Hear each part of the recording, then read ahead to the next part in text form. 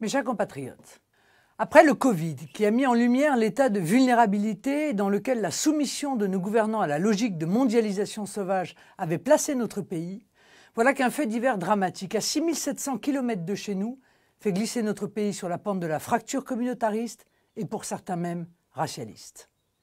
Des groupes d'activistes prétendant parler au nom de communautés utilisent le meurtre d'un homme aux États-Unis pour tenter d'ouvrir en France de nouvelles fractures, d'appeler à la violence, d'inciter à la haine de l'autre. Nous mesurons concrètement avec ces agitations, ces manifestations et ces revendications inspirées par des modèles étrangers les dangers que le communautarisme fait courir pour la paix civile dans notre pays. Ce communautarisme avec lequel nos politiques et même nos dirigeants entretiennent un rapport trouble, souvent complaisant et parfois même complice. Le silence présidentiel devenu en ces circonstances assourdissant, comme les errements gouvernementaux d'un ministre de l'Intérieur balbutiant et d'un Premier ministre absent, n'ont rien de rassurant. Avec cette situation, nous payons là les conséquences de décennies d'une politique d'immigration incontrôlée, l'abandon du modèle républicain d'assimilation et le naufrage moral historiquement absurde d'une repentance minutieusement organisée.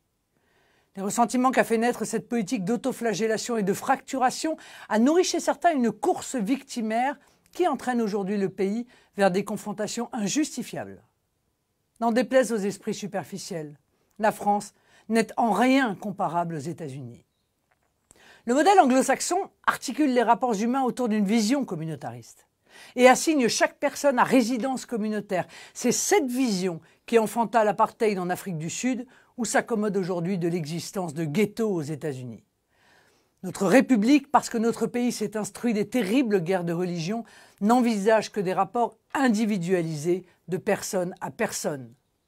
Il n'y a pas de policiers blancs ou noirs, ou de justiciables blancs ou noirs, mais des policiers et des justiciables tout simplement. C'est cette logique de division par communauté qui explique que les États-Unis se condamnent de manière endémique à une guerre civile froide entre communautés avec des moments réguliers de crise. De notre côté, c'est ce qui explique l'attachement des Français à l'égalité qui prohibe justement toute discrimination, même celle qui voudrait se présenter comme prétendument positive. Devant cette agitation souvent vociférante de rue qui nous fait toucher du doigt les risques d'une dérive communautariste violente sur laquelle nous alertons depuis des années, il y a deux écueils à éviter et une voie à suivre. Le premier écueil serait d'emboîter le pas à ce raisonnement communautariste, voire racialiste, pour accepter un face-à-face communautaire dans lequel les groupes extrémistes indigénistes veulent entraîner la République. Ce serait un contresens politique et une faute morale. Le second écueil serait de céder, comme le gouvernement le fait, en livrant en pâture l'honneur de l'institution policière, en y accréditant la thèse diffamatoire d'un racisme endémique. Si notre police est en crise, c'est comme la fonction hospitalière, la justice ou l'école d'un abandon budgétaire et moral dont les politiques de droite et de gauche sont directement responsables. Sur ce sujet, nous avons proposé un plan de 40 mesures pour répondre à la situation qui complète le livre d'action sécurité publié fin février et qui prévoit un effort conséquent de 2 milliards d'euros sur 5 ans. Vous pouvez les consulter. Vous verrez qu'ils sont concrets, réalistes, complets et efficaces. Sur le fond, la voie à suivre, la seule qui conduise à la paix civile, à la concorde et donc à l'unité et à la fraternité, c'est la réaffirmation, voire dans certains endroits le rétablissement des valeurs de notre République française. La République connaît et ne doit reconnaître aucune autre communauté que la communauté nationale. J'ai proposé que cette règle figure dans notre Constitution. Il nous faudra le faire, l'y inscrire, puisqu'aucune force politique n'en a le courage, ni même visiblement la volonté. De la même manière, cette reconquête républicaine des quartiers et des rues, mais aussi des cœurs et des âmes, sera le grand projet d'unité nationale dont vous aurez à décider à la prochaine élection présidentielle. Si vous en décidez, nous le ferons avec vous, en remplaçant les dirigeants politiques pusillanimes ou complaisants. La voie politique à suivre, il n'y en a pas deux, mais une seule. C'est celle de la nation. La nation est le contraire de la race, de la division et de l'affrontement.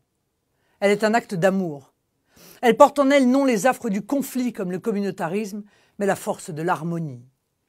La nation, notre belle nation française, réunit ceux qui ont la chance et même le privilège d'en faire partie dans une communauté de cœur et d'esprit, une communauté d'histoire et de destin. Acte d'amour, la nation trace aussi les voies de l'espoir et du bonheur pour chacun.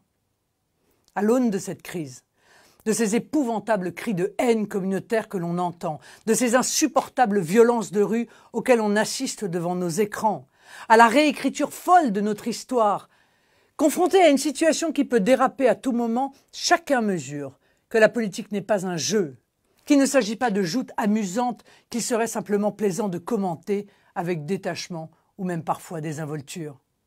La politique, c'est éminemment sérieux et en certaines circonstances, grave. Les choix que vous faites en votant, et pire en ne votant pas, décident de la France de demain, c'est-à-dire de votre sort, de celui de votre famille, de vos enfants et de vos petits-enfants. Où allons-nous? Où voulons-nous aller? Que sera la France de demain? Quelle France laissera-t-on à nos enfants? Moins que jamais, le fatalisme ou la résignation ne doivent être de mise.